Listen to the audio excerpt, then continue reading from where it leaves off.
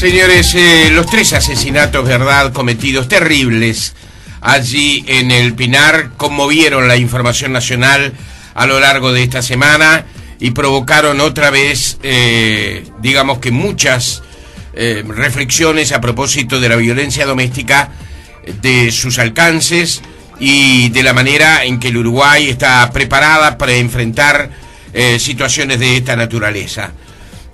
Hubo novedades importantes en la jornada de ayer. Por ejemplo, se supo que la pulsera electrónica, la famosa pulsera electrónica que va a aportar a aquellas personas que han sido denunciadas por hechos violentos por sus parejas o por otros integrantes de la familia, va a comenzar a utilizarse a partir del mes de noviembre como plan piloto relacionado a estos casos.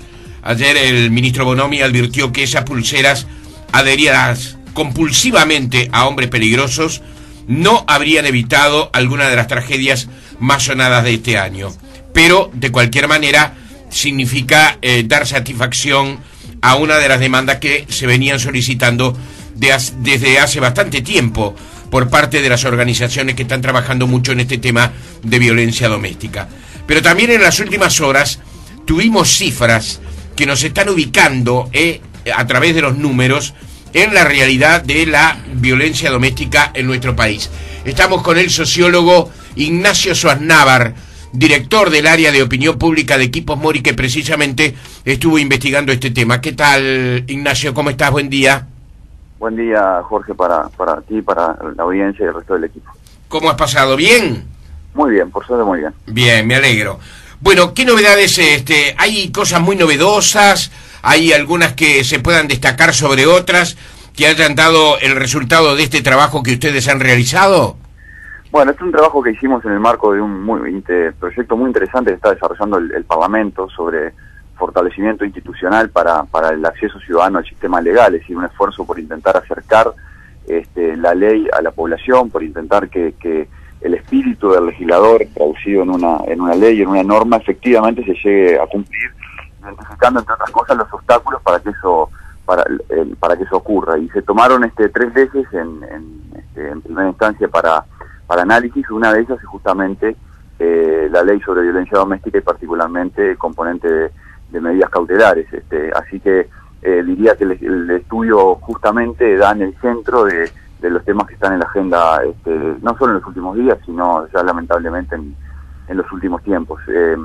Es un estudio que está apoyado por el Banco Mundial, un estudio que lleva adelante un consorcio de empresas liderada por Equipos Mori, pero de la que participan también Deloitte y Saldaña Asociados, y efectivamente uno de los componentes es la realización de encuestas a población con el objetivo de identificar cuáles pueden ser o cuáles son aquellos obstáculos de tipo cultural que entorpecen la aplicación de la norma. Y hay algunos hallazgos muy interesantes. A ver. Algunos son conocidos y otros no, pero parece claro que la efectiva aplicación de la ley en este caso, más allá de que obviamente hay problemas institucionales, también hay elementos culturales que están de trasfondo y que son importantes tener en cuenta. Es decir, hay una parte de la población uruguaya, una parte no muy grande, pero una parte al fin, que no reconoce como delito algunas situaciones de violencia doméstica que se dan en el hogar, sino que más bien supone que esas son cosas que pertenecen al ámbito privado.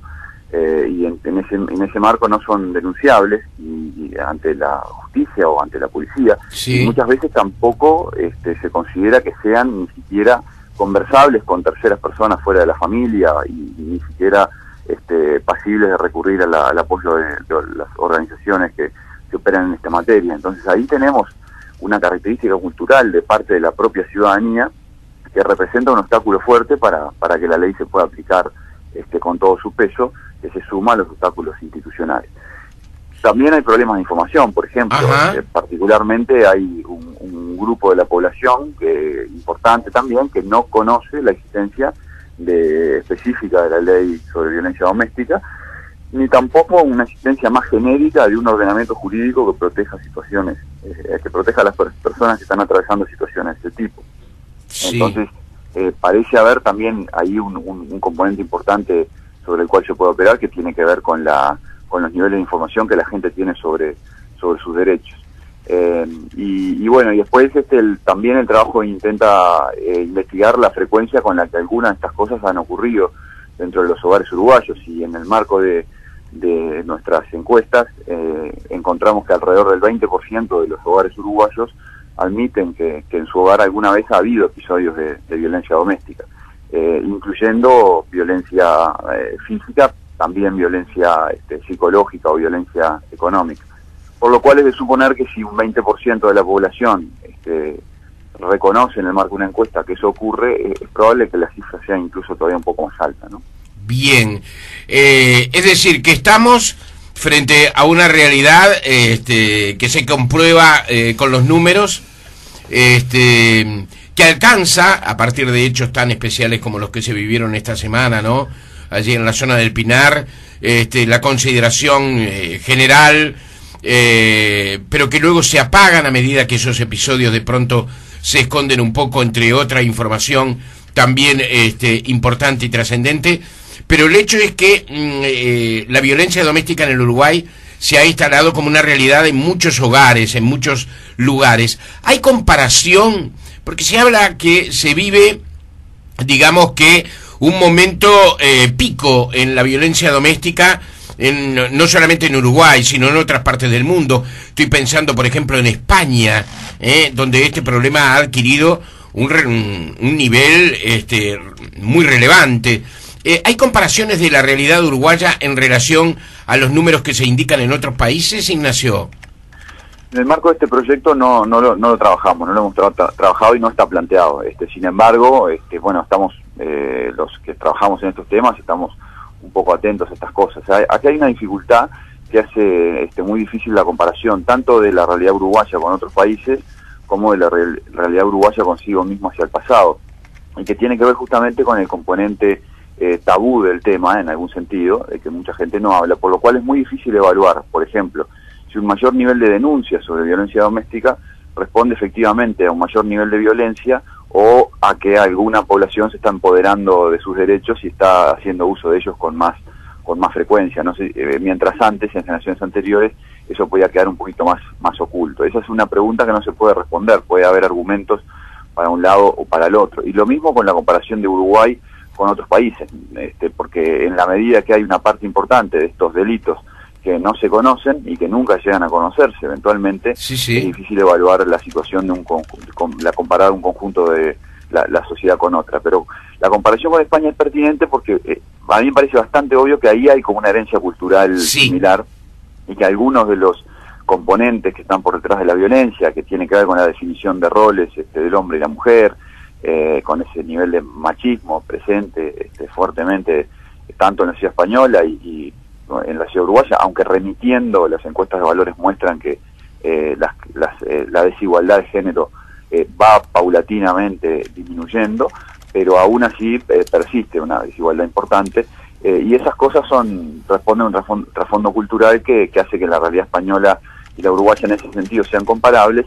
En España, particularmente en los últimos tiempos, probablemente acrecentado con una situación de crisis económica que aumenta los niveles de estrés colectivos, con niveles importantísimos de desempleo, que también aumentan los niveles de estrés personal y intrafamiliar, pero no es un problema estrictamente de la crisis. El español, allá hace una década atrás, cuando España estaba en pleno auge económico, estos temas también estaban muy presentes en la agenda pública, a una intensidad parecida a la que ahora están teniendo en Uruguay. Claro, Ignacio, no se le preguntó a las personas, ¿esto fue dirigido a todo público, es decir, hombre y mujer? Porque generalmente sintonizamos este tipo de episodio como víctima a la mujer, y eso parece bastante claro que la mayor cantidad de casos ocurren tomando como víctima a la mujer, pero también se da el caso de la violencia doméstica en relación al hombre. ¿Se discriminó en ese sentido?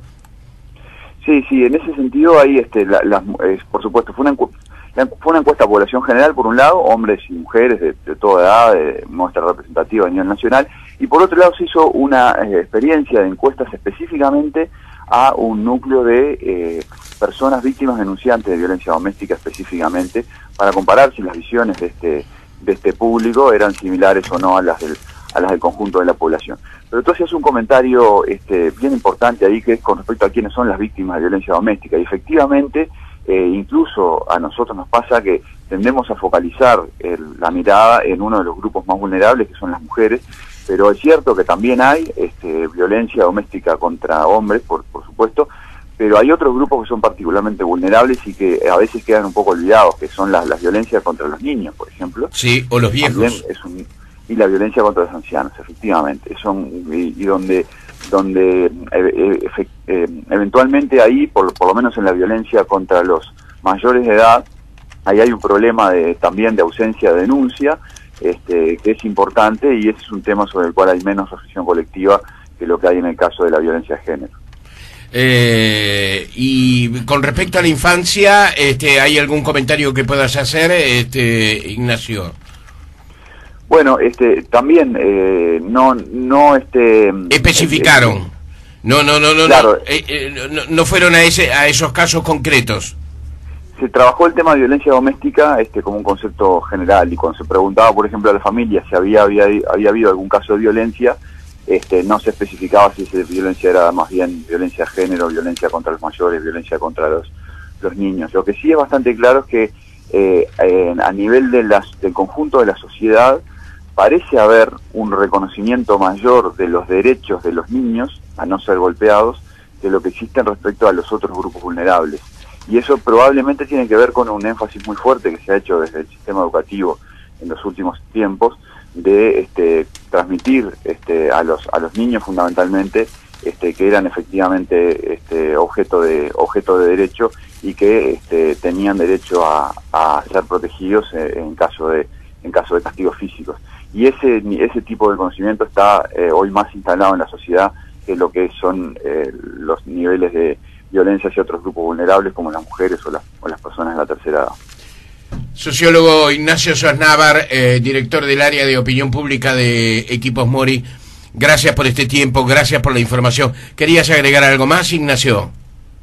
No, bueno, estos son simplemente que son resultados preliminares de una investigación que está en marcha. Los informes finales de trabajo van a estar sobre el final del año, y probablemente ahí estemos en condiciones de establecer un análisis mucho más completo del conjunto de obstáculos, no solo socioculturales, sino también jurídicos e institucionales, que están operando para que efectivamente esta ley, y particularmente el componente de medidas cautelares, no se esté logrando cumplir con la realidad. Y bueno, como siempre, esperamos que este tipo de trabajos puedan ser un granito de arena para contribuir a la solución del problema. Te doy un abrazo, Ignacio, hasta pronto.